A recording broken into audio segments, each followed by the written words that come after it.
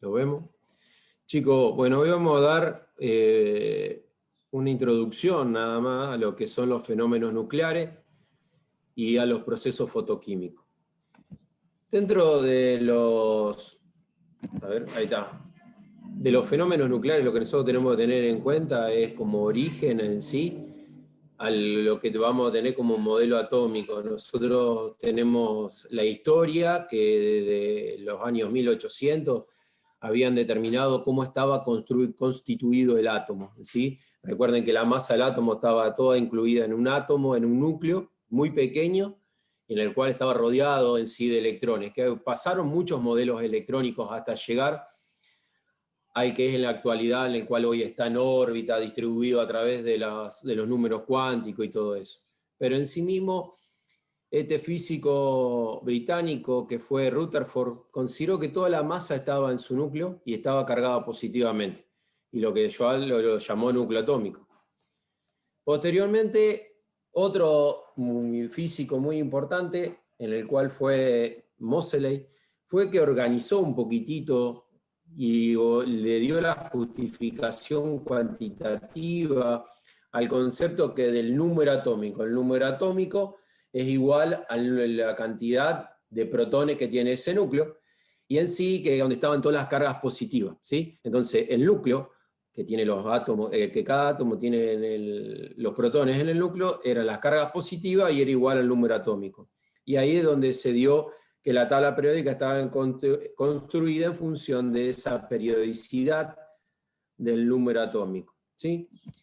Pero en función de eso también hubo partículas que se fueron encontrando, ustedes eso ya lo vimos, en el cual teníamos el protón y el neutrón y alrededor teníamos los electrones, en el cual ahí Thomson en el 1897 vio que había algo que cuando incidía con una sobre partículas de oro, había algunas partículas que pasaban de largo, entonces no se coincidía con los modelos, en el cual vemos ahí que es el modelo de budín de Panke, el famoso budín de Panke que le llaman, en el cual estaban embebidos los electrones y los protones, que no se condecía con lo que estaban demostrando estos físicos y químicos de esa época, en el cual dieron las bases de lo que hoy es la estructura atómica en sí mismo.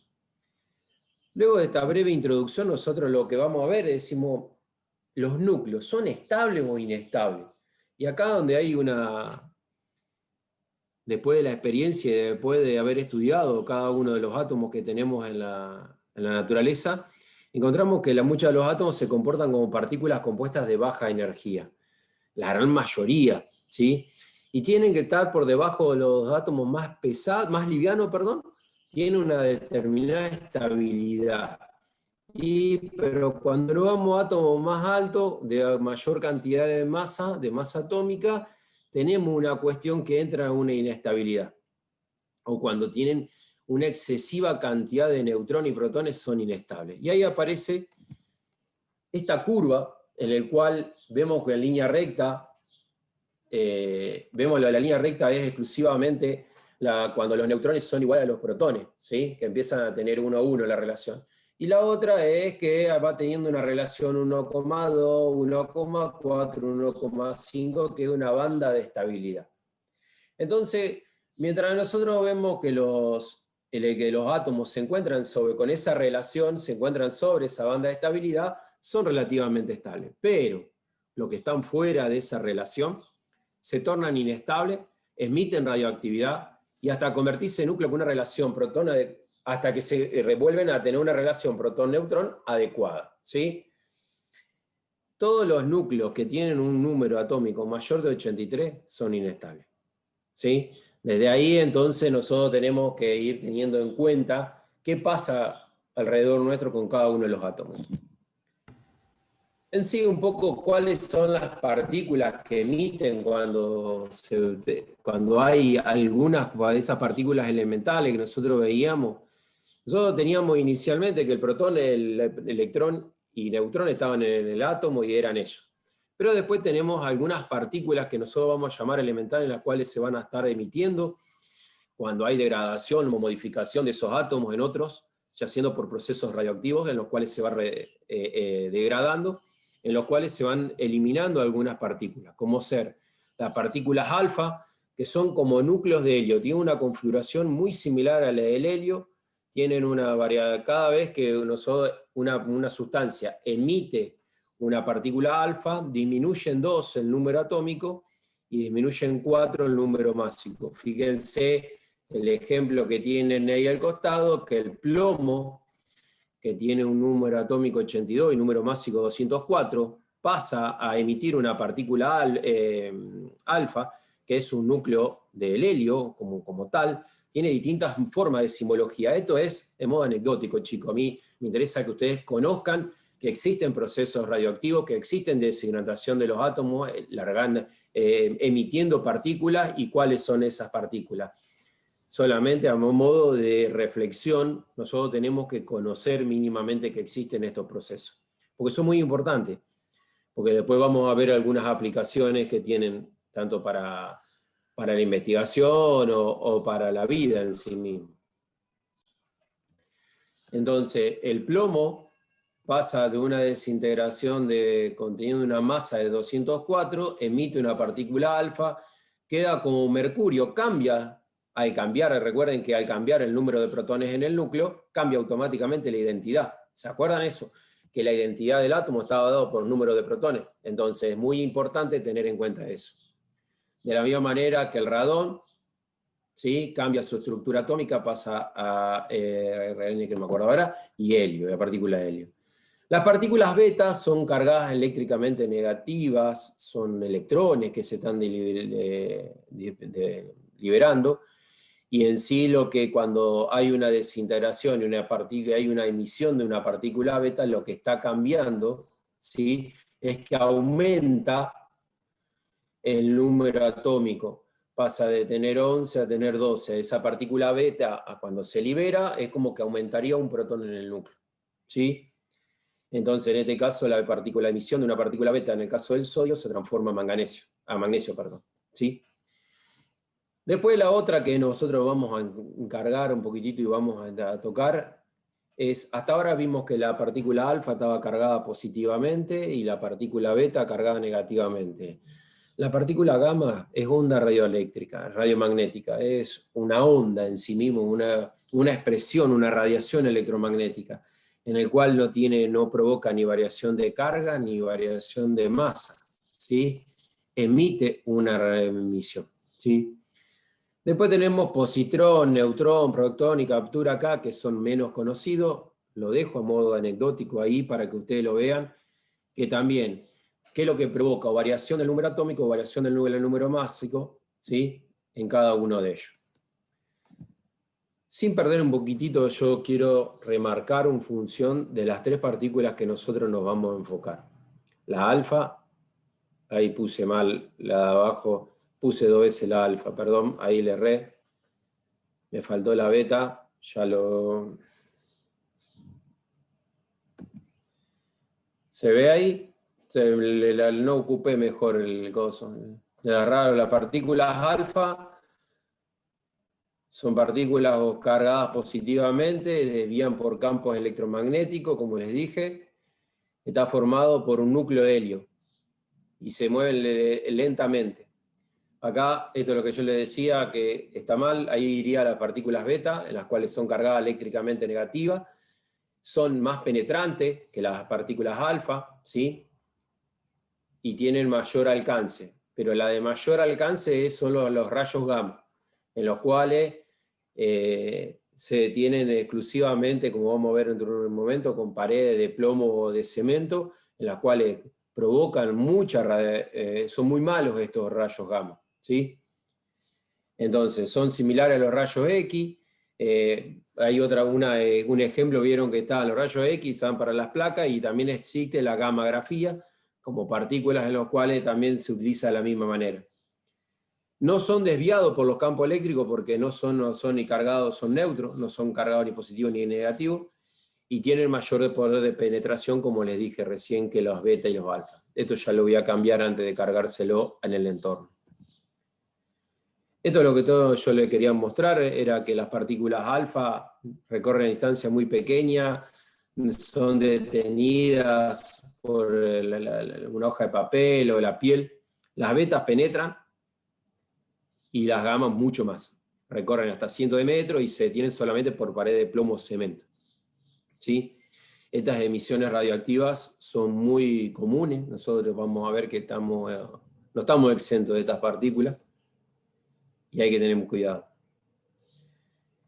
No estamos aislados de esas radiaciones. Nosotros podemos ver que en nuestra vida, en el aire, en el espacio, en el suelo, en los alimentos, tenemos continuamente átomos que están emitiendo partículas en los cuales se están desintegrando. Esto es a modo de ejemplo nada más, en los cuales nosotros continuamente podemos estar recibiendo continuamente radiaciones. Le sumamos a cualquiera de todas estas, que tenemos todas las radiaciones de todos los celulares, todas las radiaciones de cualquier cosa del espectro que nosotros busquemos, de microondas, de onda de radio, de radiofrecuencia, de celulares, nosotros estamos inmersos en radiación, ¿quién diría? ¿Sí? Entonces, nosotros tenemos que conocer cómo hacer el balance de estas reacciones químicas, de estas reecuaciones nucleares. Como nuevamente, como estamos afectando el núcleo, nosotros tenemos que tener en cuenta que hay que conservar la masa, el número de masa que tenemos y el número atómico, en el cual siempre que la suma de los protones que tengamos y los neutrones en los productos tiene que ser igual a lo reactivo. Eso era como hacíamos en los ejercicios comunes de una reacción química. Y de la misma manera tenemos que conservar el número atómico, en el cual tenemos que sumar lo de productos y de reactivos, tiene que ser exactamente igual. El número atómico tiene que ser exactamente igual. Como ejemplo podemos ver que el uranio, que se transforma en cesio, más rubedio, más 2 partículas más que libera, en el cual vemos que si sumamos, el 235 está por sumar, 235 más 1, 236. 138, ¿lo están viendo? O yo pongo, a ver, ahí lo ven.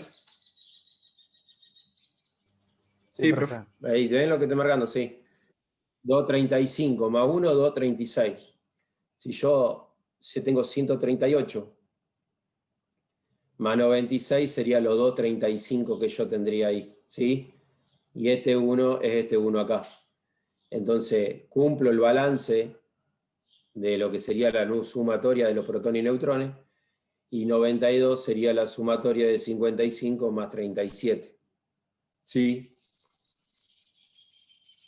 Entonces, siempre tengo que tener esa cuestión, y fíjense que en este caso, ese 1N, yo lo vamos a ver acá, en la denominación, fíjense que el 1N0 se puede simbolizar al neutrón directamente con la letra N, o el 1N0 que es el neutrón, en el cual siempre lo que provoca, no provoca una variación del número atómico, sino el número másico que es menos 1.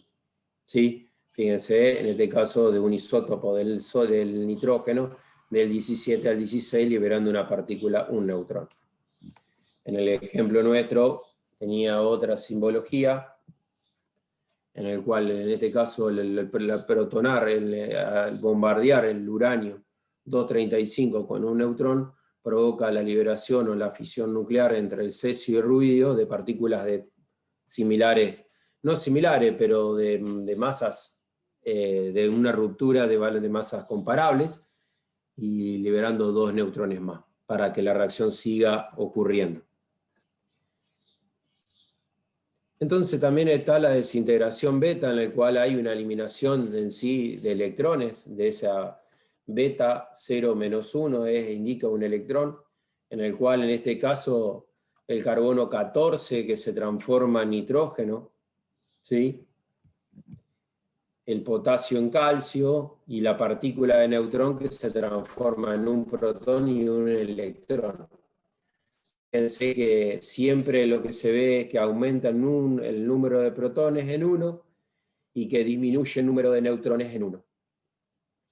Eso es una manera que nosotros tenemos que ver, que cuando yo estoy tocando núcleos atómicos, tengo que mantener igual el número tanto de protones y neutrones y el número de atómico en sí mismo. Entonces, eso está dado de esta manera. Es una reacción química igual que la que vimos, nomás que acá estoy tocando átomos, que los cuales estoy rompiendo, ¿sí? O estoy transformando. De la misma manera tengo una desintegración beta de un positrón. No es tan importante, pero para que lo tengan en cuenta nada más, que tengo partículas en las cuales se pueden liberar cargadas positivamente. Y en este caso, para que ustedes disminuye, fíjense que disminuye 6 es igual a 5 más 1, 6. 19, 18 más 1. Y se está liberando una partícula en la cual tengo ese positrón ahí. Acá es 1 más 1, acá es 1 y 1. Y la sumatoria arriba siempre se está manteniendo igual. En este caso, aumenta el número de neutrones en 1 y disminuye el número de protones en 1. Porque justamente el positrón ese es un neutrón más un positrón. El protón, perdón. El protón es un neutrón más un positrón. Estos son, a mí no me interesa tanto, pero tenía que comentárselo para que ustedes tengan conocimiento que existen, que son importantes, que la naturaleza está continuamente se está dando. Y una de las cosas más también que se conoce y que existe, que se llama la serie radioactiva, que cuando se va desintegrando un núcleo que es inestable, como lo que ocurre en el uranio, o en el uranio 238, 235, o en el torio, que son las 3 series naturales, hay emisión de partículas alfa alternadamente con partículas beta. Y acaban siempre acaban en un isótopo estable, que es en este caso el plomo 82. Para que ustedes la vean, eso es una serie en la cual está el número másico acá y el número atómico en las abscisas y en las ordenadas.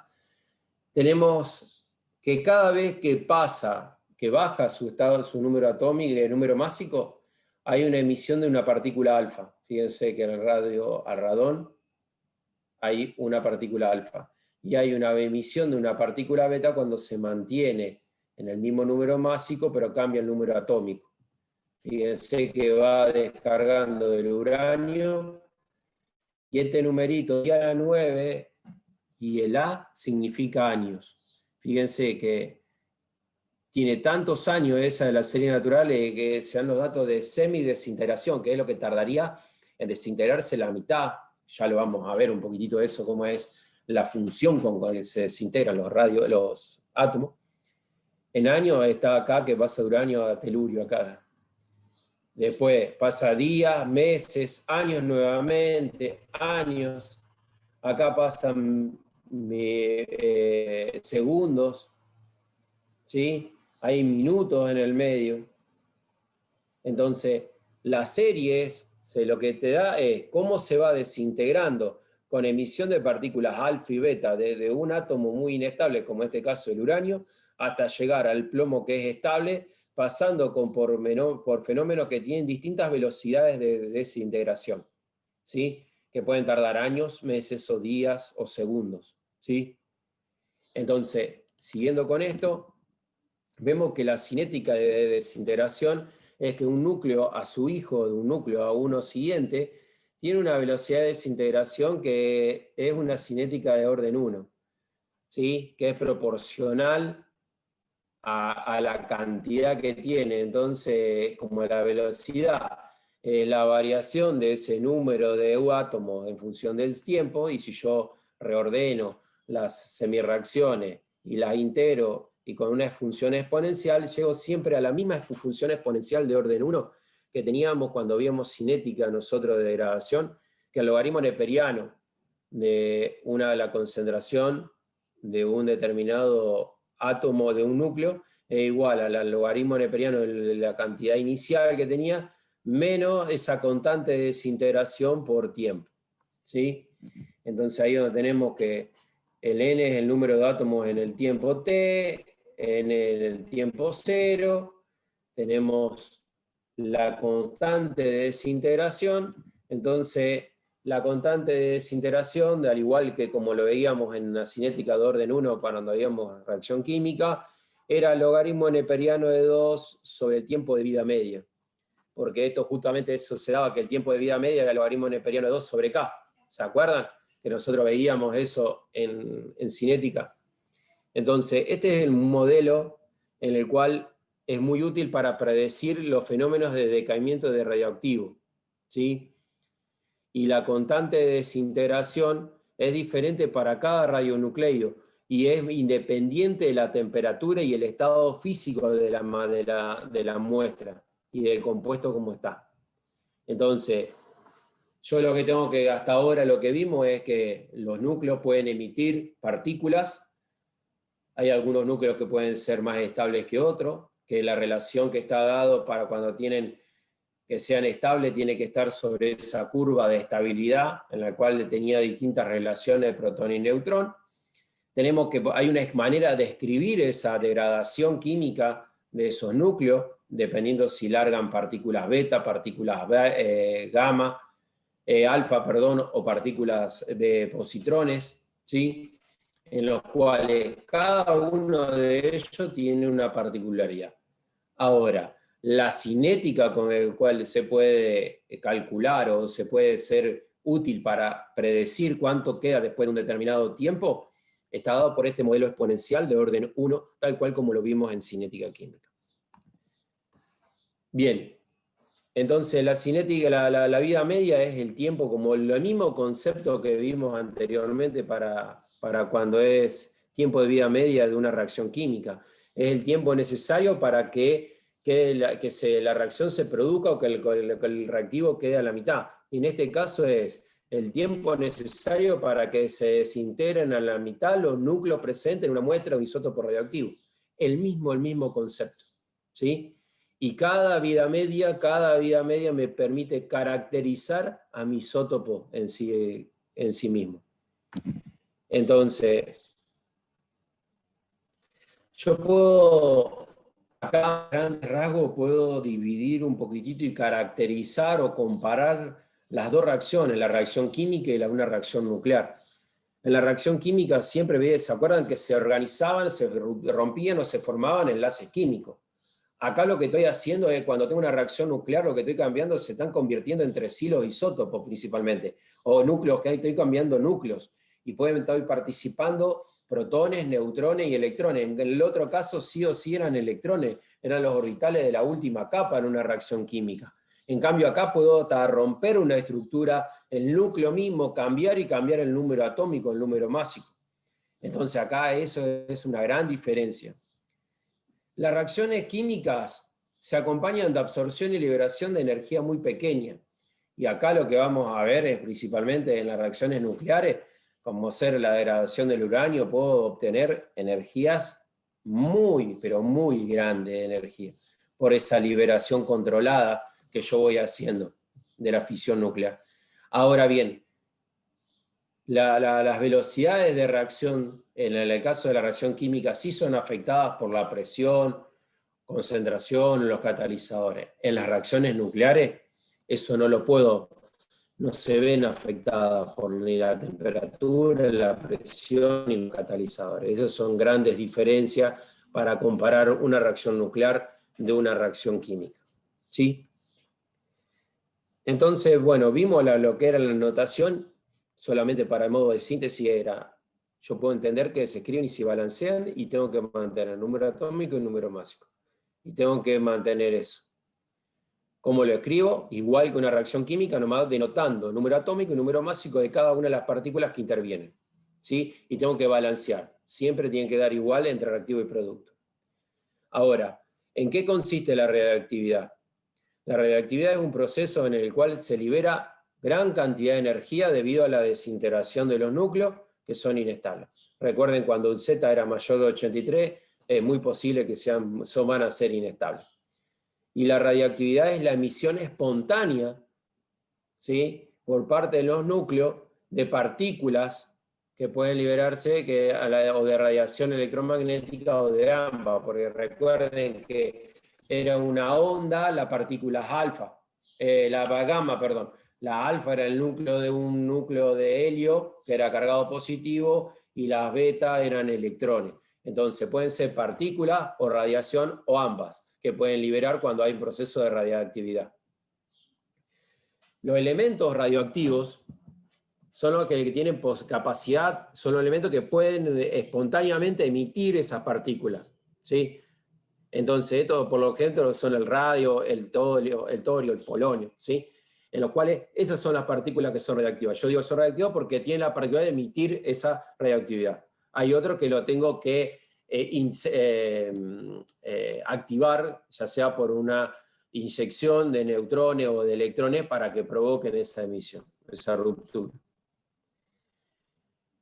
Entonces, los efectos biológicos que sí, ya le dijimos hoy que las partículas alfa son poco penetrantes, pero muy dañinas, son por sus fuertes impactos. La radiación beta es un poco más penetrante y la gamma es muy penetrante y dañina y es de carácter ionizante.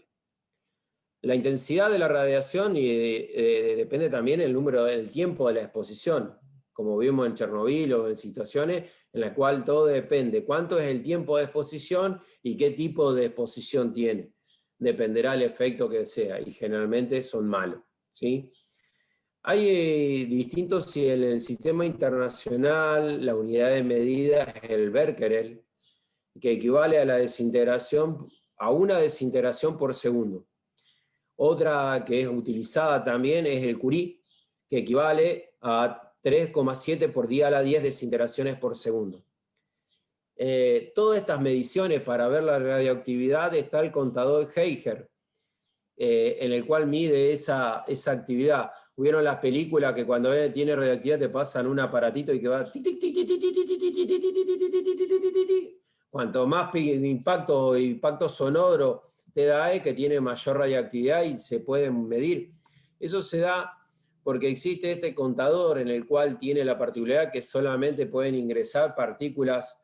Acá, cuando ingresan las partículas radiactivas, que no pueden hacer las alfa, sí las beta y las gamma, inciden por esta ventana de mica, impactan sobre estas partículas, esas moléculas de gas, la ionizan y provocan el desprendimiento de electrones. Ese electrón pasa acá y como esto está conectado a un medidor positivo y negativo, hay una diferencia de potencial y cada impacto de ese electrón sobre ese electrodo que tiene adentro provoca un ruido, un bip audible, y lo cual de esa forma permite su medida, ¿sí? Entonces, esto da una pulsación, ese pulso de corriente se da con ese bip, y es característico, hasta lo ven en las películas y todo, a ese contador. Bien, acá solamente un tema también hay otras maneras de medir el efecto biológico de la radiación, en el cual una dosis de radiación es la energía por unidad de masa depositada en una muestra que ha sido expuesta a la radiación, y en el sistema internacional está el Gray, que equivale a tanto joule por kilo. Otra unidad es el RAT, ¿sí? Pero esto es a modo que conozcan que existen, cómo se mide, nada más que eso. Y hay un fenómeno en el cual acá está, que es el equivalente de dosis, que es el producto de la dosis por la cantidad del factor biológico relativo, que en el cual se mide si es dañino o no el efecto sobre un tejido, y está dado por el famoso REM, ¿sí? Ese REM, ese valor de efecto biológico está dado que cuando el efecto no es observable entre 0 y 25, es una escala, solamente para que tengan en cuenta que se puede medir cómo es el efecto biológico que puede sufrir. Fíjense que los que trabajan sacando placas radiográficas, en los cuales tienen un medidor de radiación, entonces dependiendo los impactos que puedan tener, se lo colocan en las pecheras o en los ambos que utilizan para trabajar, en la medida que con el tiempo le da y dice tienen que pasar tanto tiempo sin exponerse para evitar que el efecto acumulado de radiación sea nocivo, ¿sí? Entonces es muy importante esto para tener en cuenta para todos, que cuando hay situaciones que hay que cuidarse en los que trabajan con elementos radioactivos. Ahora bien, para aclarar, nosotros tenemos que aclarar que la fisión nuclear es cuando yo estoy rompiendo los núcleos, pero estoy dando que se formen núcleos que tienen masas comparables, como le dije hoy, que era el uranio que se transformaba en dos elementos que tienen masas comparables, ¿sí? Eso es la fisión nuclear. Algunas fisiones son espontáneas, o son inducidas, como le dije, por bombardeo. ¿Sí? Nuevamente, como decíamos hoy, cuando más alto el número atómico, más inestable es y se puede dar esa ruptura de los átomos y dando esa fisión. Bueno, ahí tienen que los núcleos que tienen Z igual a 89-98 se fisionan espontáneamente con vida de media de 104 a 107 años. Quiere decir que cada 104 a 7 años su concentración baja a la mitad. ¿Mm? Y fíjense que cuando los núcleos atómicos tienen Z en el mayor de 98 se fisionan espontáneamente con vida de milisegundos. Quiere decir que duran casi nada. ¿Sí? Se degradan a la mitad en pocos milisegundos. En cambio, la fusión ahora nuclear son reacciones en las cuales los átomos ligeros yo necesito unir átomos que tienen núcleos positivos y tengo que vencer una energía muy alta de repulsión, ¿sí? Tengo que entregarle mucha energía para que reaccionen esos núcleos, ¿sí? Esto se da a altas temperaturas, la función de menor energía de activación, fíjese que esa energía de activación, esa energía de repulsión que yo tengo que vencer para que se logren unirse dos átomos, ocurre a 40 millones de Kelvin, ¿sí? Esto entonces dificulta el objetivo de realizar las reacciones controladas de la fusión porque ya a esa temperatura, ¿cómo lo logro? Es imposible, ¿sí? Entonces, las aplicaciones que nosotros podemos tener de todo lo que es los átomos radioactivos, ya que algunos lo conocen, como son los marcadores.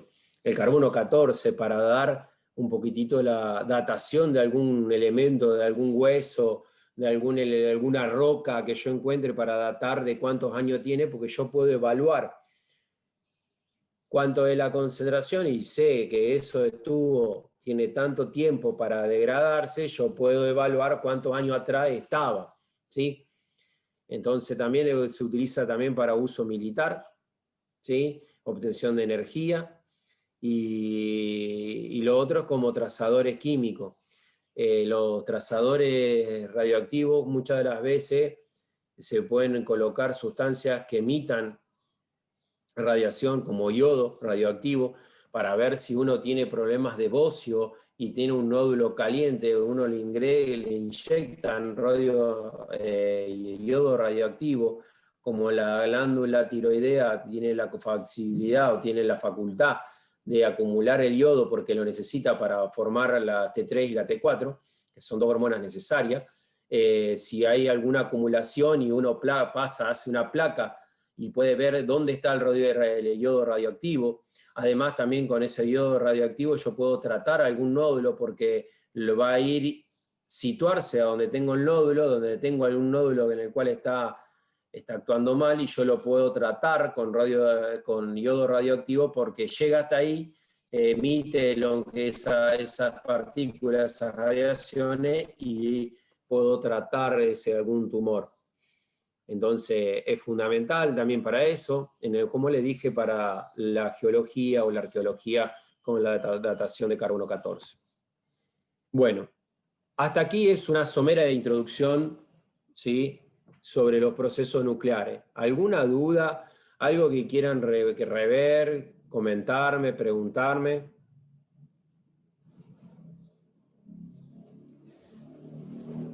Yo le pido disculpas, capaz que no le estoy poniendo toda la pila, pero estoy con un poquito de dolor de cabeza, pero cualquier duda, yo después lo vemos en la consulta, me hacen algunas por mañana a la tarde, a las 4, estoy en la teoría, en la consulta, así y lo vemos. ¿Sí? Profe. ¿No hay nada hasta ahora? Sí, Guille. ¿Este PowerPoint lo subo al entorno? Sí. Y lo estoy grabando para que ustedes, igual que tuvimos el otro, le voy a pasar el Power como hice anteriormente y le pongo esta explicación para que ustedes, si la quieren rever o la quieren volver a escuchar, hoy no es muy buena, pero bueno, le pido disculpas. No, profe, no pasa nada. Perfecto. Seguimos entonces con el otro tema que es de importancia. Este tiene de importancia para tanto biológica y también para química, en este caso para los que trabajan en el laboratorio, porque la fotoquímica es muy, muy utilizada como una herramienta de análisis cuantitativo, ¿sí? En sí, como introducción, podemos decir que la fotoquímica es la rama que estudia los procesos o transformaciones que están producidas por absorción de energía electromagnética.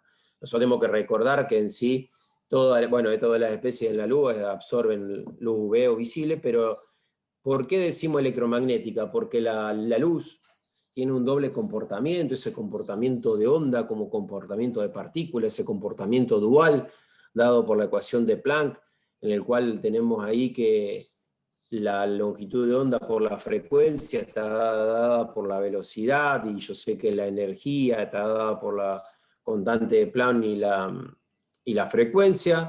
Podemos unificar, combinar estas reacciones y podemos decir que la energía de cualquier onda que nosotros, cualquier luz, está dada por la constante de Planck, por la velocidad, ¿sí?, de la luz sobre su longitud de onda, ¿sí? Entonces, nosotros sabemos que la materia, cualquier sustancia puede absorber o emitir cantidades discretas de energía, dado por estas longitudes de ondas y características. Esto que nosotros lo que sabemos en sí es la base de lo que está pasando en las leyes de fotoquímica, en lo cual nosotros vamos a ver en un ratito lo que es la fotosíntesis. Nosotros tenemos dos leyes importantes en la ley de fotoquímica, en la cual tenemos la primera, la de Grotius-Draper, en la cual la luz primero debe ser absorbida por una sustancia química para que produzca una reacción fotoquímica. Yo no puedo decir que una reacción es fotoquímica si no absorbió luz, obviamente. Ahora, la segunda ley de Stark-Einstein, por cada fotón absorbido por un sistema químico, solamente se activa una molécula para una reacción fotoquímica. Entonces, acá esas dos leyes son las leyes básicas que vos decís. Si yo digo que hay un proceso fotoquímico, foto es de fotón, foto de energía lumínica, química que tenga una reacción química.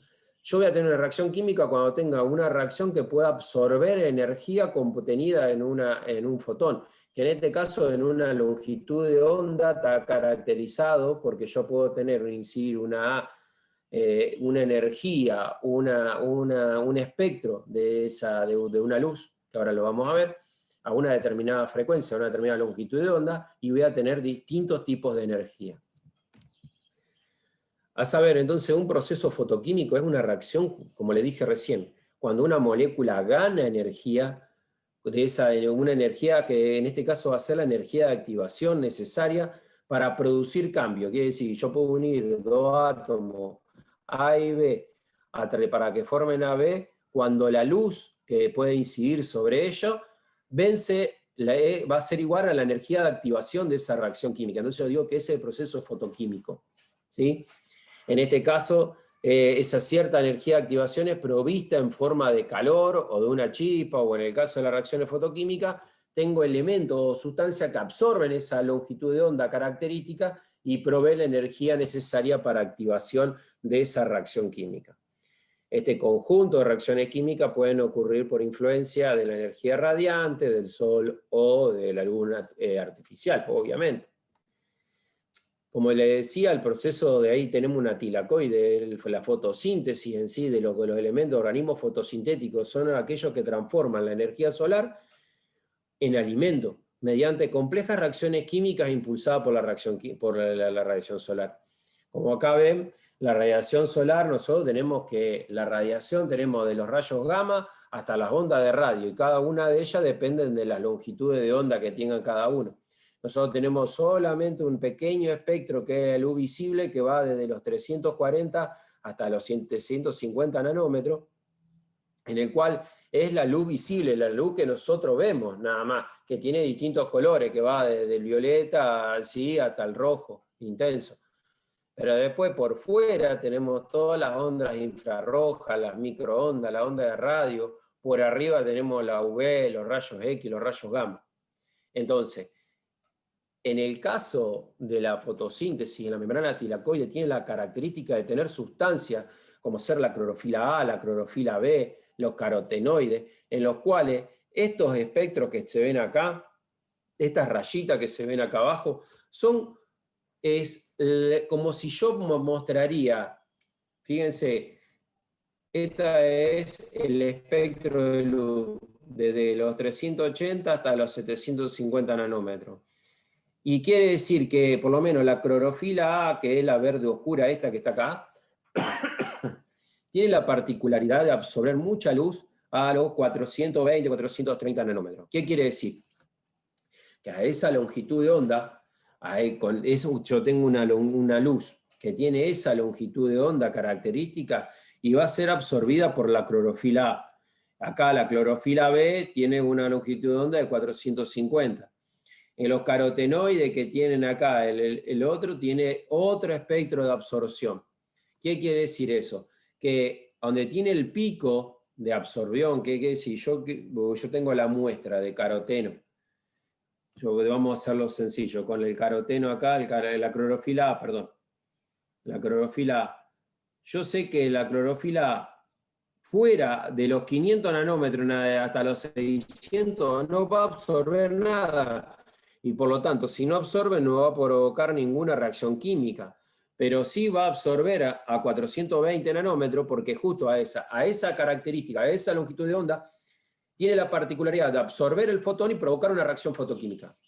Recuerden la ley que decía, si yo no absorbo, no puede absorber la longitud de una determinada longitud de onda en ese fotón o esa energía lumínica, no voy a provocar reacción química, pero cuando lo logro, sí puedo hacer porque es un proceso fotoquímico. ¿Estamos de acuerdo? ¿Sí?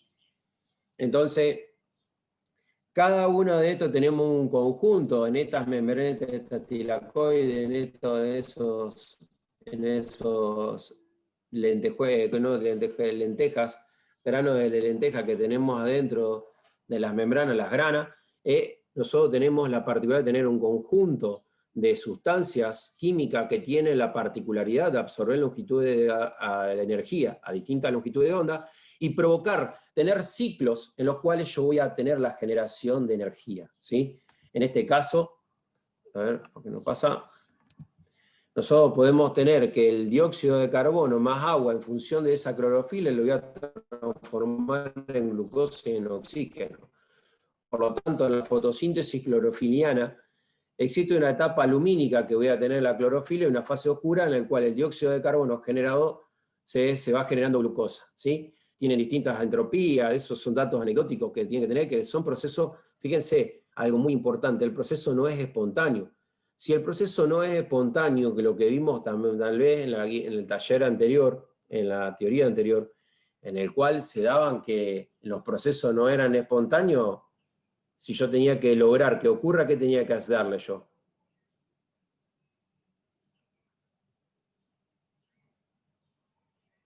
¿No se acuerdan? O sea, yo tenía una pila en la cual era un proceso espontáneo y generaba corriente, pero si yo tengo que hacer lo que era el caso contrario, una cuba en el cual tenía que hacer una electrólisis y había que un proceso no era espontáneo, para que ocurra, yo le aportaba energía desde afuera, ¿sí? En este caso, hay procesos en los cuales para que el dióxido de carbono se transforme en glucosa, el proceso no es espontáneo, no ocurre graciosamente. Para lo cual, ¿qué hago yo?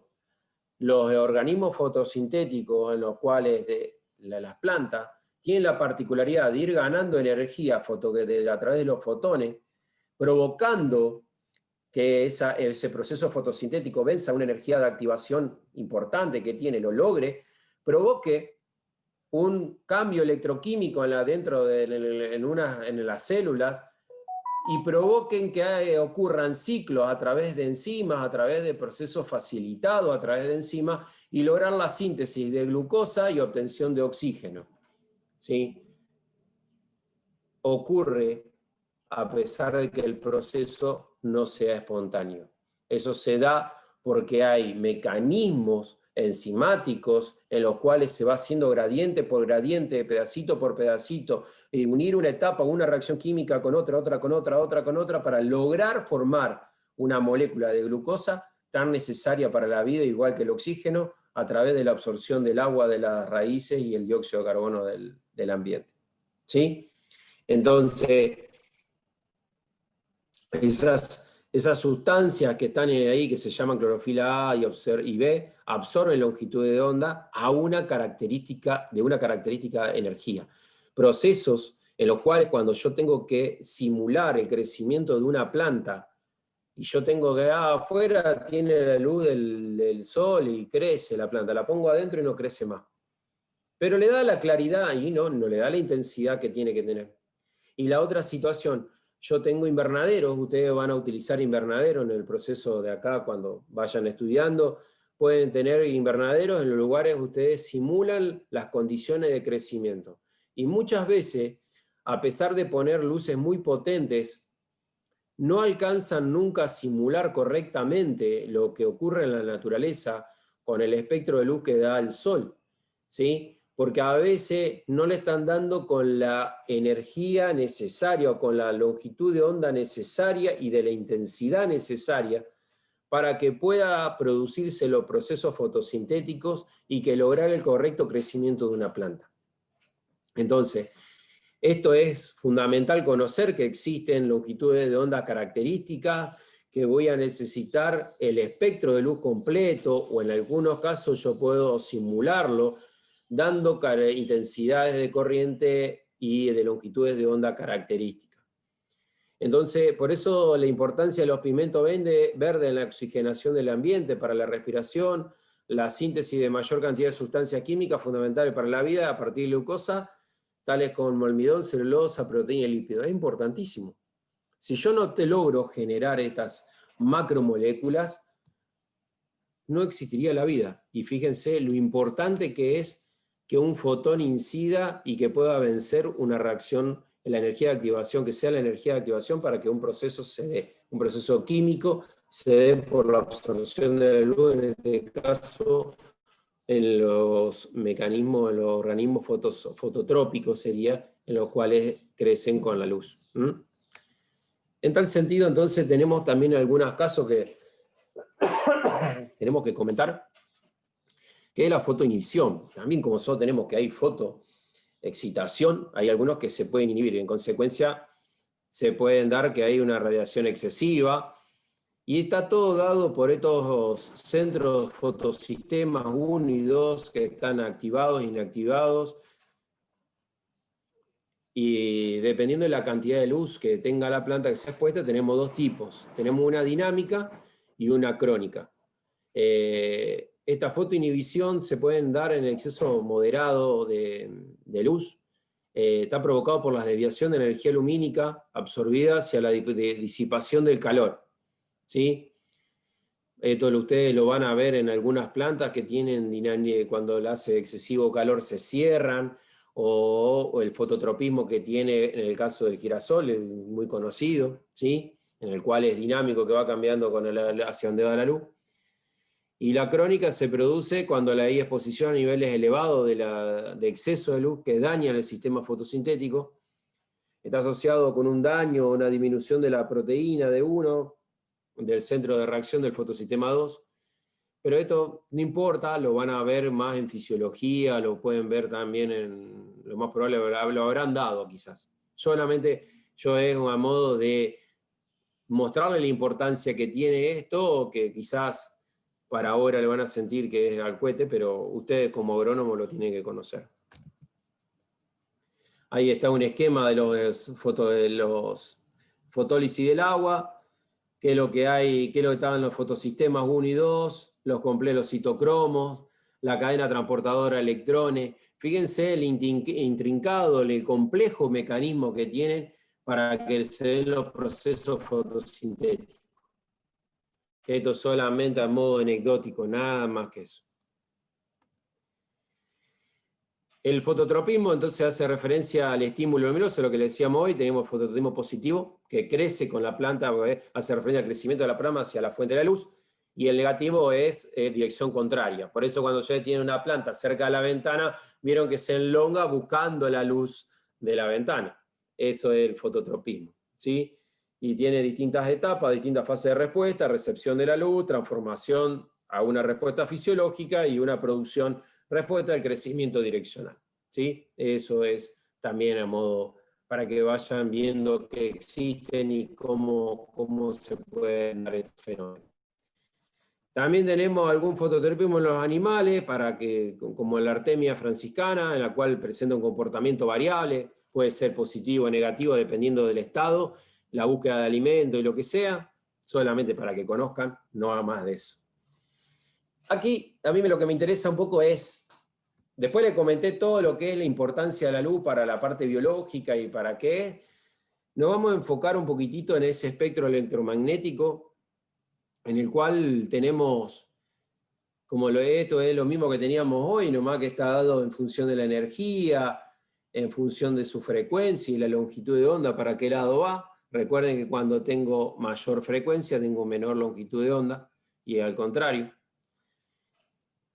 Nosotros tenemos que conocer que la interacción de la radiación con la materia puede ser que toda luz puede ser reflejada, con el ángulo de incidencia igual al ángulo de reflejado, puede tener un fenómeno de refracción en el cual pasa por un medio en el cual permite el paso de la luz, pero cambia su dirección, en el cual tenemos un cambio de la dirección en esa refracción, y tenemos un fenómeno en el cual es absorción. Toda la luz que incide, toda la interacción que incide sobre la materia lo puede absorber y se transforma principalmente en calor. ¿Sí? Entonces, una sustancia, un cuerpo lo puede reflejar, refractar, que cambia el estado de dirección, pero no interactúa con la materia, pero sí lo puede absorber. ¿Sí? Esas serían las tres diferencias que tiene interacción de la radiación con la materia. Entonces, dependiendo de la longitud de onda y la frecuencia que teníamos, nosotros teníamos que pueden provocar distintos efectos. Los radiomicroondas pueden provocar la rotación de algunas moléculas. El infrarrojo solamente una vibración en sí mismo. ¿Sí? El UV visible puede provocar transiciones electrónicas. El rayo X y otros pueden romper enlaces y ionizar. Estos efectos de la radiación son utilizados, como les decía hoy, en los fenómenos químicos, que yo puedo decir, vieron que ustedes cuando van a hacerse algún análisis, le sacan muestra de sangre y le dice, tienen tanto de colesterol o tanto de triglicéridos, de glucosa, vamos a suponer de glucosa. Bien, ¿cómo creen que determinan la concentración de glucosa en sangre? Yo se lo doy porque soy bioquímico, pero la idea es que hay una reacción colorimétrica. Yo voy a poner en evidencia la cantidad de glucosa que tenga en el suero, agregando una sustancia que tenga la particularidad de emitir o de absorber, emitir a una longitud, o emitir una luz, o de absorber una luz a una determinada longitud de onda. Entonces, en el caso que tenemos nosotros, que le dije yo de la glucosa, se le agrega un cromóforo, un compuesto que reacciona con la glucosa, y una vez que reacciona con la glucosa se une. Entonces yo hago y le digo, bueno, cuando reaccionó con la glucosa, ese cromóforo, cambió su estructura química, y cuando yo le hago incidir una longitud de onda característica a esa muestra, donde tengo la glucosa junto con el cromóforo, como está el cromóforo, me absorbe la energía particular que tiene esa longitud de onda, me la absorbe y yo puedo determinar la concentración de una sustancia. ¿Sí? En el caso de los métodos infrarrojos, ¿vieron que ustedes le determinan? Hay métodos infrarrojos para determinar con una pistola, como es la pistola infrarroja para determinar temperatura. ¿Sí? De acuerdo a la vibración que tienen las moléculas, que tienen en algunos, el método infrarrojo se llama NIR, infrarrojo cercano. Hay unas pistolas que pueden determinar hasta la composición macro de cantidad de azúcar que tiene un cítrico o que tenga una uva, sin romperla, sin destruirla, solamente con la emisión de un haz de luz infrarroja, en el cual está calibrado, está prendido el equipo cuando incide una longitud de onda, refleja otra longitud de onda y la caracteriza, y yo puedo determinar qué concentración tiene de glucosa o qué cantidad de azúcar que tiene un determinado fruto, ya sea una vid, a ver si está madura o no. O lo mismo puedo utilizar, se utiliza mucho, hay técnicas utilizando NIR, en el cual yo con una muestra de silo que puedo tener en el campo, yo llevo la muestra del silo, la incido sobre un haz infrarrojo, ¿sí? Incide, se refleja, y de acuerdo a la composición que tenga, me puede decir cuánto tiene de fibra, cuánto tiene de grasa, cuánto tiene de agua. Los compuestos mayoritarios me lo puede determinar utilizando este método de infrarrojo. Es muy utilizado. En las microondas yo puedo secar muestras por microondas. ¿Por qué puedo cocinar a través de un horno microondas?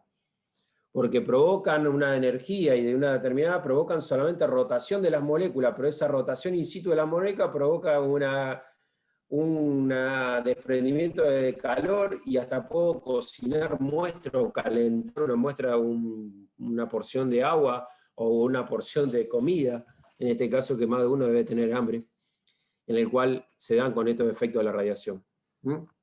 Ahora bien, cuando yo tengo radiaciones más importantes, como son las rayos X y otras, puedo romper, por lo tanto esas son muy peligrosas, ¿sí? Muy peligrosas. Entonces, lo que yo le decía, cuando yo incido con un fotón a un estado natural, yo puedo decir que ese estado fundamental puede absorber energía, y lo que se dice en química que pasa a un estado excitado. Acá puede haber energías. ¿Se acuerdan que los electrones, si yo lo pienso como que puedo excitar algún electrón de algún átomo, los electrones ocupaban ¿qué? Yo puedo que estaban alrededor del núcleo, o ocupando ¿qué? ¿Cómo se llamaban eso? Órbitas. Órbita. ¿Se acuerdan que estaban las órbitas? Entonces había una teoría en la cual cada órbita estaba dado por esos números cuánticos y había principios que tenían que ocuparse.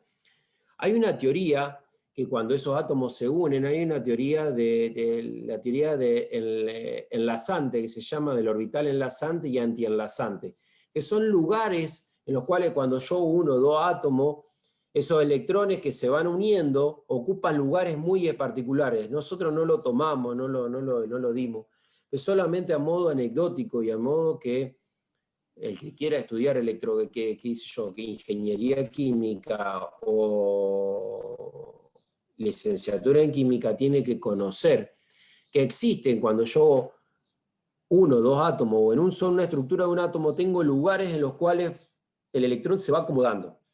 En este caso, cuando yo incido con un haz de un fotón, cuando yo incido con una longitud de onda característica propia, que puede ser absorbida por ese electrón, puede pasar a un estado excitado. ¿Sí? Entonces, yo puedo pasar a de un estado fundamental a un estado excitado, absorbiendo energía. O puedo pasar de un estado excitado a un estado fundamental, liberando energía. Entonces puedo absorber y emitir energía.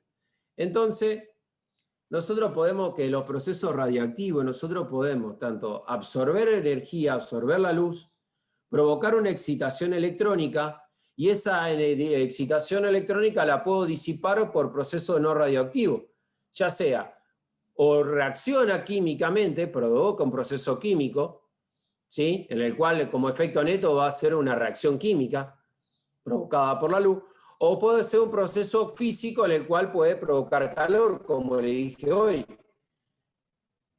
Cuando absorbió la luz, solamente provoca una excitación electrónica, una disipación, pero no provoca una reacción química, pero sí provoca el aumento de calor. Es lo mismo que yo cuando incido, ustedes se ponen al sol y inmediatamente quizá químicamente se produce la degradación, la obtención de vitamina D para poder sintetizar nosotros vitamina D. Como no somos fototrópicos nosotros, la energía que la recibe, ¿qué va a pasar? Va a aumentar, va a generar calor en nosotros, ¿sí? Amén que, dependiendo de los rayos que nos están incidiendo, nos pueden quemar la piel y nosotros nos quemamos Y además podemos tener alguna enfermedad provocada por la incidencia de los rayos UV. ¿Sí? Entonces, de los mismos procesos radioactivos, los procesos que emiten longitud de onda pueden tener o un proceso químico con reacción química o un proceso físico con la obtención del calor, ¿sí? O en algunos casos luz, que pueden ser algunos que pueden tener la emisión que sean luminiscentes, ¿sí? Esos procesos radioactivos que pueden ser emitir luz y pueden dar fluorescencia, que fluorescen, o fosforescen, tienen características muy parecidas que tienen emisión de luz, ¿sí? Entonces, todo proceso que pueda incidir luz puede ser que utilice para reaccionar químicamente, para generar calor o energía, ¿sí? O puede tener también el proceso que puede emitir luz o fosforecer, o fluorecer. ¿Estamos de acuerdo? Entonces, me pasé, perdón. Acá lo que vamos a seguir siempre cuando hablamos de energía y de fotoquímica, vamos a trabajar con una ley que es la ley de Lambert y Beer, ¿sí? En el cual podemos ver que nosotros tenemos una fuente de emisión de luz, ¿sí? Que lo vamos a hacer pasar por una endija muy chiquitita, un diafragma, para centrar y que todos los rayos sean perpendiculares, todos incidan en forma paralela, que incidan perpendiculares a una muestra, y va a tener una intensidad de entrada, y puedo ver una intensidad de luz que sale, que quiere decir que la que pasa, que es la que pasó por la muestra. Parte de esta intensidad es absorbida, ¿sí?, por la muestra que puede estar contenida acá en esta cuba, ¿sí? En ese caso, la absorbancia va a ser igual a la absortividad molar por la concentración de la sustancia que yo tenga ahí, por el paso óptico que tenga, que va a ser el ancho de la cubeta, L, ¿sí? Entonces, de la misma manera que yo defino absorbancia, ¿sí? ¿Sí? Que la puedo determinar que es igual al logaritmo decimal, de la intensidad que incide en la muestra sobre la cantidad que pasó sobre la muestra, ¿sí? Todo dependerá que toda sustancia pueda absorber, va a tener una longitud de característica en la cual absorba. Era lo que yo le decía. Cada sustancia, como la clorofila A, la B, los carotenoides, tenían una longitud característica máxima en la cual era el pico donde podía absorber, ¿sí? Si nosotros expresamos esa ley de Beer como la absorbancia, ¿sí?, es igual a la absortividad específica por la longitud del paso óptico por la concentración, también la podemos expresar, fíjense que la concentración está dada gramos por litro cuando tengo la absortividad específica. Y voy a tener la absortividad molar, que es el épsilon, cuando la concentración la pongo en molaridad. Y B, el paso óptico, siempre el B, el paso óptico que tiene. Acá otro concepto que yo tengo que tener en cuenta es la transmitancia. La transmitancia es el cociente entre lo que pasó sobre lo que incidió. Es cuánto es lo que transmitió, ¿sí? ¿Sí? Cuando transmite todo es cuando que pasó todo por la cubeta. Si la transmitancia es del 100%, esta I es igual a I0. Si esta molécula, esta sustancia absorben toda la intensidad de corriente que tiene acá, la transmitancia va a ser de 0. ¿Sí? Estos son juegos de palabras, ténganlo en cuenta. Vamos a hacer ejercicio en el cual fíjense que la conversión entre absorbancia y transmitancia es la siguiente. La absorbancia es igual al menos logaritmo de la transmitancia. Teniendo estos conceptos fundamentales de la absorbancia, como está expresada la ley de Beer, podemos resolver varios ejercicios que vamos a tener que hacer entre el miércoles y jueves, ¿sí? Creo que tenemos 1 o 2, no más de eso. Entonces, a modo de resumen, nosotros podemos pensar que la fotoquímica, ¿sí?, tiene principios básicos que requiere el estudio de la fotoquímica. Es muy útil para la química de la troposfera, de lo que ocurre como factor clave en el medio ambiente. controla la cinética química, está controlado por la cinética química. Yo puedo tener procesos más o menos efectivos. ¿Se acuerdan que era el ciclo en el cual podía obtener la fosforilación oxidativa, el ciclo de Krebs, todo lo que era la obtención de glucosa? Los procesos, gran variedad tengo de procesos, y cada uno puede tener distintos rendimientos dependiendo de la longitud de onda, que yo nosotros le decíamos, y tenemos que tener en cuenta que pueden calcularse hasta la energía de los enlaces. Esto es a modo para decir que la fotoquímica es un gran abanico, es una gran variedad de sistemas que requiere principios y tengo muchas cuestiones a tener en cuenta. ¿Qué procesos fotoquímicos ocurren? Tenemos de disociación, reacciones, fotoionización, luminiscencia, transformación de energía, intermolecular, intramolecular, el Kenshin, una reacción que reacciona con otra que se transfiere su energía y vuelve al estado fundamental. Esto solamente para decir que los procesos fotoquímicos están en todos lados, ¿sí? Siempre tienen que tener en cuenta que están asociados a un proceso de absorción o emisión de luz, ¿sí?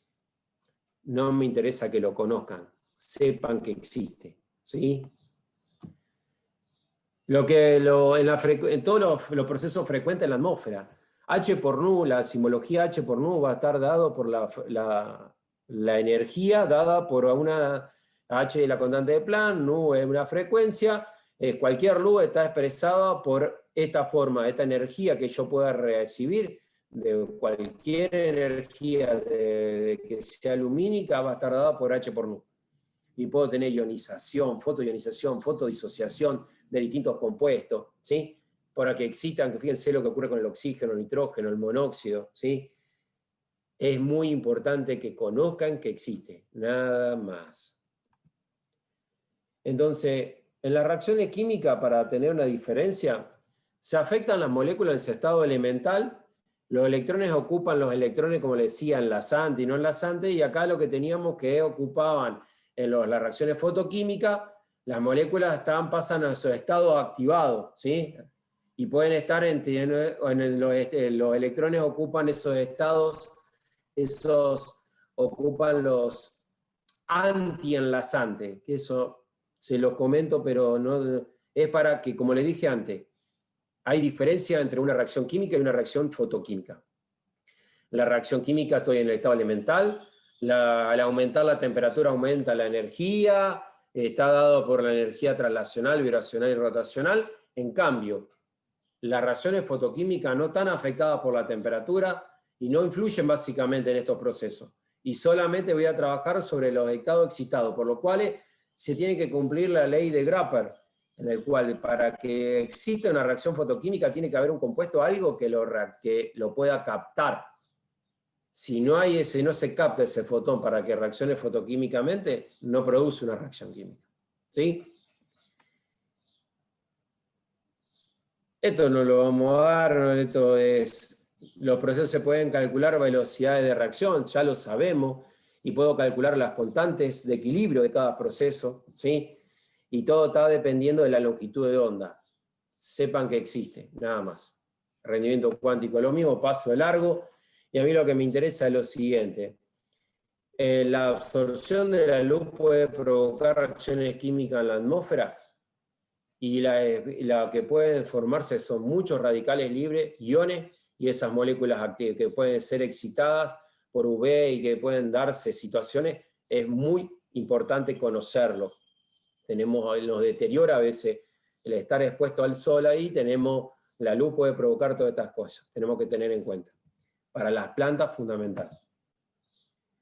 Entonces, la luz visible, tenemos radiación, que excluyendo la radiación originada como consecuencia del calor, tenemos la quimioluminiscencia, que es lo que le dije de nosotros, que pueden originar reacciones químicas que emiten luz, que pueden dar esa luz, que son la bioluminiscencia. Esto se da en algún organismo viviente que está en el fondo del mar, ¿sí? Algunas algas o peces que pueden dar fenómeno de luminiscencia, como ejemplo nada más que pueden emitir luz. Chicos, esto es todo por hoy.